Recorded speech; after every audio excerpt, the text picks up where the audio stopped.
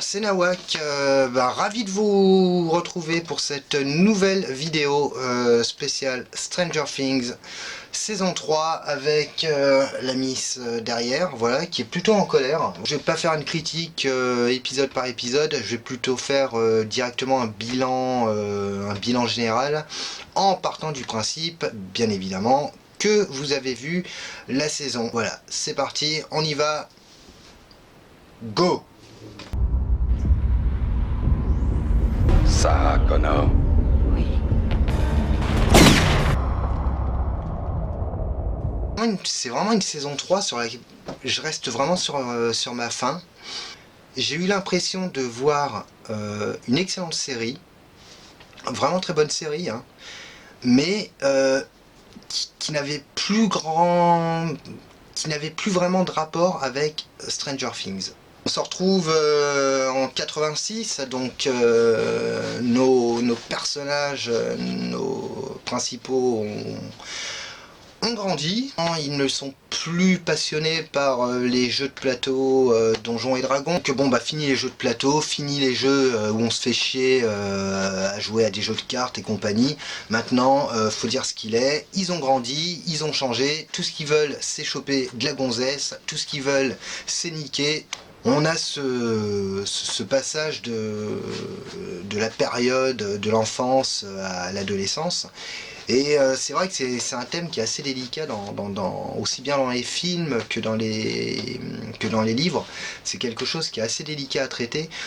Pour moi, la personne qui arrive le mieux à en parler, c'est Stephen King. Et là, on se rend compte que nos personnages dans Stranger Things 3, le deuil de l'enfance, il est un peu bancal. Alors, ce que j'ai beaucoup aimé, c'est la relation, c'est la discussion entre Will et Mike. Quand Mike lui dit mais ça y est, Donjons et Dragons, c'est fini, tu croyais qu'on allait jouer à ça toute notre vie. Et Will, d'un air mais complètement innocent, qui lui répond oui. Voilà, pour lui, il est vraiment pas sorti de cette période où il jouait, où ils étaient habitués à se retrouver dans sa chambre pour jouer au jeu. Voilà, donc il y a vraiment ce côté un peu innocent que j'ai quand même apprécié. Ça reste à mon goût, ça reste un peu trop torché rapidement, quoi. Et bizarrement, Dustin, alors c'est ce qui est paradoxal parce que Dustin, il a grandi, alors il a une copine qui habite au fin fond je sais plus quoi, au fin fond des États-Unis. Voilà, mais même s'il a grandi et tout ça, ça reste toujours. Alors c'est un personnage super attachant, Dustin. Et puis c'est l'ado, mais qui a toujours un peu ce côté on va dire un peu gamin. Voilà. Et ce que je regrette, c'est que dans les autres personnages, Mike, Lucas et tout, on a des personnages qui sont beaucoup trop matures. Voilà. J'ai l'impression qu'en fait, ce qui est mis en avant, c'est les relations amoureuses par rapport, on va dire, aux relations amicales et aux relations familiales. Et ce qui est intéressant, mais alors c'est toujours intéressant, alors c'est gênant, mais en même temps c'est quand même intéressant, c'est le traitement en ce qui concerne les personnages. C'est-à-dire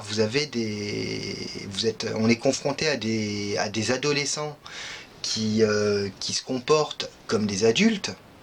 Voilà, qui cherchent vraiment à jouer, à faire les grands.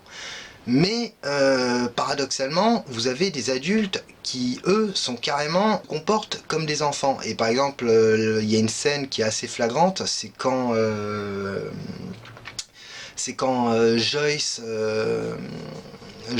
et Hooper sont alors je sais plus quel épisode c'est. Ils sont dans la voiture, ils sont avec Murray, et à un moment ils sont en train de se prendre la tête, et Murray leur dit mais arrêtez de vous chamailler comme des enfants.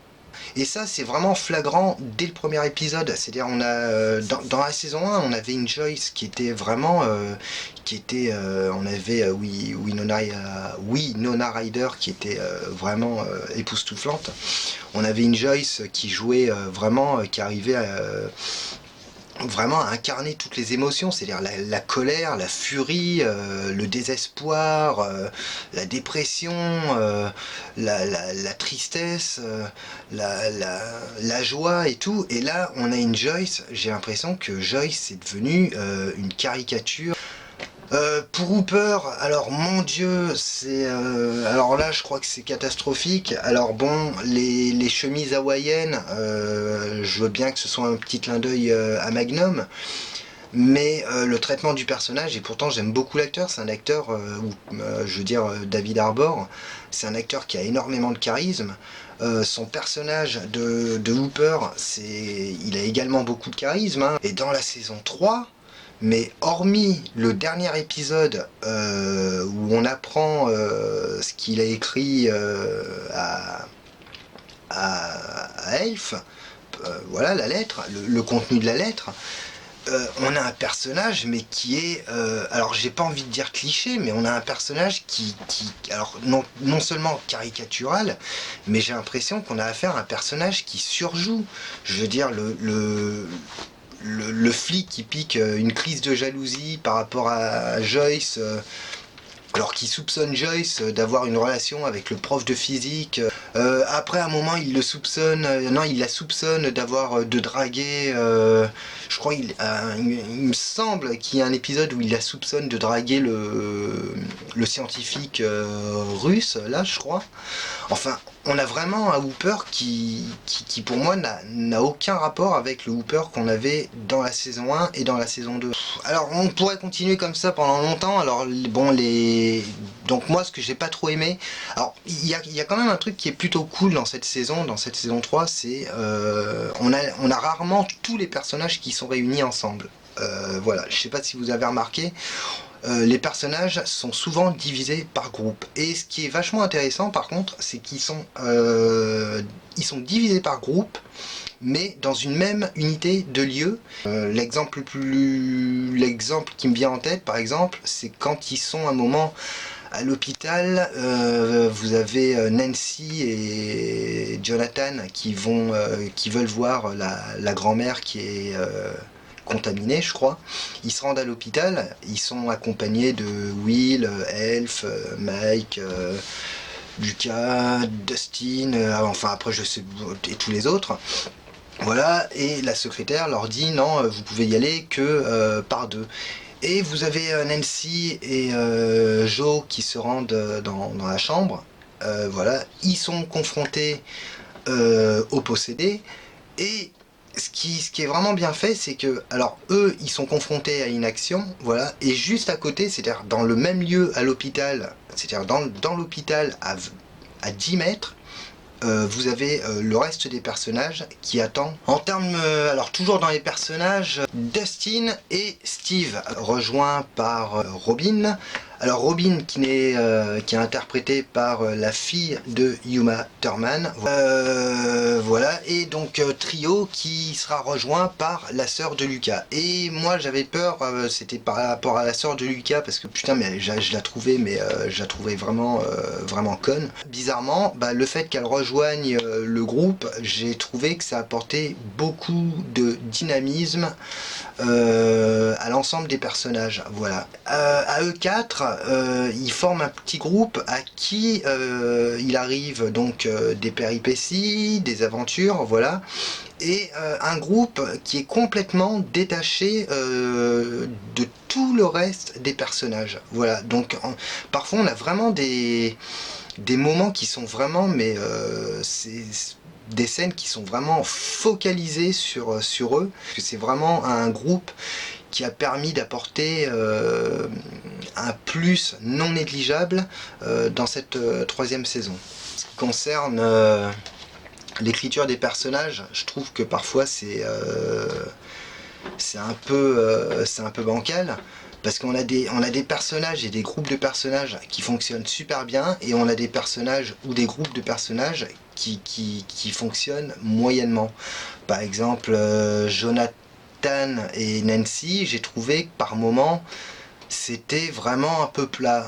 Il n'y avait pas vraiment d'évolution. Alors, le personnage de Billy, par exemple, alors là, c'est quelque chose qui m'a déçu un peu.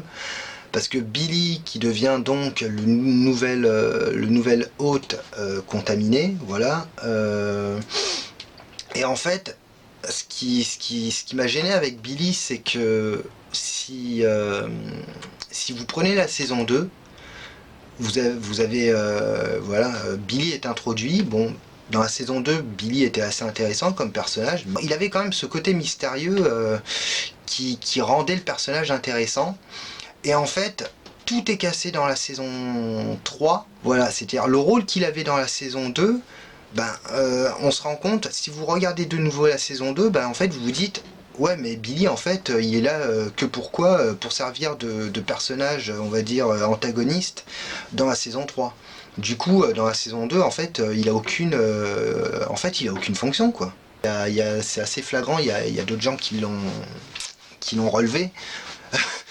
Surtout dans les premiers épisodes où Will est vachement mis en retrait. Je sais pas si vous avez remarqué quand il est avec ses potes, il est souvent caché derrière eux avec une espèce de sourire un peu débile. Voilà, et en fait dans cette saison j'ai l'impression qu'il ne sert à rien, que son seul rôle c'est quoi, de servir de détecteur de monstres, voilà, en se touchant le cou et en disant il est là. En ce qui concerne les personnages, dans cette saison 3, je trouve là aussi c'est un peu bancal, parce qu'on a des groupes de personnages qui fonctionnent super bien, et à côté de ça d'autres groupes qui ne fonctionnent pas. Alors ce qui est marrant, c'est que par exemple le groupe Joyce et Hooper ne fonctionnent pas du tout. Par contre, dès que le groupe est rejoint par le savant russe et Murray, là tout de suite le groupe prend beaucoup plus, on va dire beaucoup plus d'importance, et le groupe fonctionne beaucoup mieux, et là les personnages deviennent vraiment intéressants. Voilà, les références, en veux-tu en voilà. Donc alors l'idée qui a été vachement intéressante dans cette saison 3, c'est l'idée du centre commercial.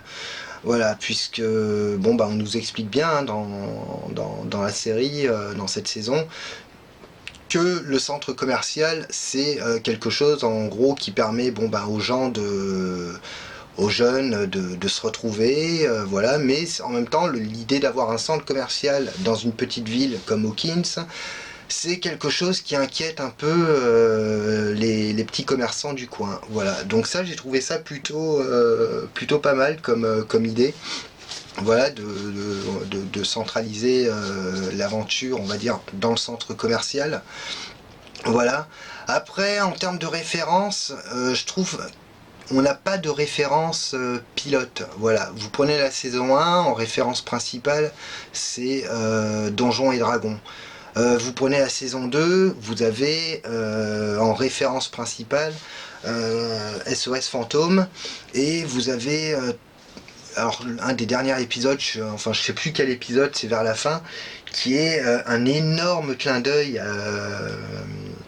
à Alien 2, voilà. Et là par contre dans cette saison 3, j'ai pas trouvé de référence, alors on a des clins d'œil, on a pas mal de clins d'œil, mais j'ai pas trouvé de référence, on va dire, de référence pilote. Voilà, j'ai l'impression qu'on a une espèce ça devient une espèce de cahier des charges, en mode on va mettre un petit clin d'œil à Retour vers le futur, on va mettre un petit clin d'œil au jour des morts vivants, voilà. Et le truc c'est qu'en plus c'est uniquement des clins d'œil, alors que dans les 2 précédentes saisons, tous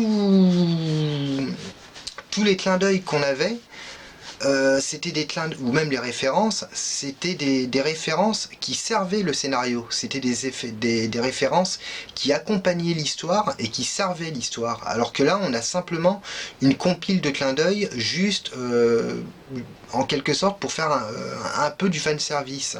Le patriotisme américain, j'ai trouvé ça un peu limite. Par l'intermédiaire de la sœur de Lucas, à un moment quand Dustin demande à la sœur de Lucas de rentrer dans dans le conduit d'aération, et puis c'est la sœur de Lucas qui dit à Dustin ouais mais pourquoi je ferais ça et tout, et puis Dustin qui lui dit t'aurais fait un grand geste pour sauver ton pays et tout. Ouais ça, enfin là ça me gêne un peu parce que là on rentre vraiment dans le patriotisme américain vraiment basique comme on peut retrouver dans les blockbusters même encore actuels. Voilà, alors évidemment les méchants sont russes, caricature, puissance 1000. Bon, alors comme m'a dit un pote, bon, un pote m'a dit oui, il m'a dit c'est vraiment caricature des films de l'époque, mais c'est un peu volontaire. Mais le problème c'est trop par moment c'est trop. Voilà. Bon le Smirnov. Voilà, bon, c'est sympa, c'est gentil une fois, c'est gentil deux fois, ça fait rigoler, mais quand c'est tout le temps, c'est lourdingue, quoi. Et justement, les commentaires, alors il y a pas mal de gens qui disaient, ouais, j'ai adoré cette saison parce que c'est une saison beaucoup plus horrifique, une saison beaucoup plus mature, une saison beaucoup plus glauque, et justement c'est des termes qui me gênent un peu parce que Stranger Things pour moi ça a jamais été une série horrifique. Et enfin pour conclure, on a eu la fameuse scène post-générique, donc merci Marvel. Voilà, donc qui laisse évidemment supposer que Hooper n'est pas mort. Et ça me donne éventuellement quelques pistes, alors peut-être pas des théories, mais quelques souhaits par rapport à la saison 4. Moi ce que j'aurais aimé dans cette saison 3, et que malheureusement je n'ai pas eu, donc ce qui pourrait éventuellement arriver dans la saison 4, et ça serait intéressant, c'est qu'on ait cette fois-ci une saison non pas orientée sur les enfants, mais sur les adultes. Voilà, et notamment sur Hooper. Parce que Hooper, c'est un personnage qui, comme je l'ai dit, c'est un personnage qui a du charisme, c'est un personnage qui a beaucoup de présence, et c'est un personnage qui a quand même un lourd passé. Voilà, donc puisque sa fille est décédée, et il s'est fait plaquer par sa femme, donc ça aurait pu donner vraiment quelque chose d'intéressant. On aurait vraiment pu avoir par exemple un Hooper dans le monde à l'envers qui tente de communiquer avec sa fille. Voilà, ça aurait pu donner un truc comme ça. Du coup, j'ose espérer, enfin je me dis pour la saison 4, ça serait vraiment intéressant qu'on ait, vu que Hooper a été capturé et que visiblement tout laisse supposer qu'il est encore en vie, ça sera intéressant que dans la saison 4, on ait cette fois un personnage, que ce soit Hooper, qui soit le personnage, qui soit le flageoleur mental. Ce serait bien pour une fois que ce soit les adultes qui soient confrontés directement à la menace et non pas les enfants. Sur ce,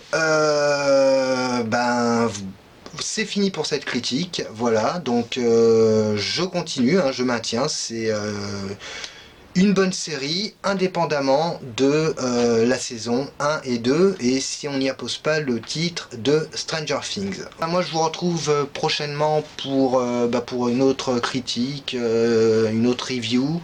Voilà, n'hésitez pas à aller sur mon blog, comme d'hab, n'hésitez pas à laisser un pouce bleu, n'hésitez pas à vous abonner, ça fait plaisir. Bon d'ici là, moi je vous dis à bientôt, je vous dis passez de bonnes vacances, on se retrouvera peut-être pour à l'occasion de la Comic Con à la mi-juillet. Ça sera l'occasion d'avoir des nouvelles de la saison 10 de The Walking Dead. Voilà, en attendant je vous souhaite une bonne journée et je vous dis à bientôt. Bise, au revoir.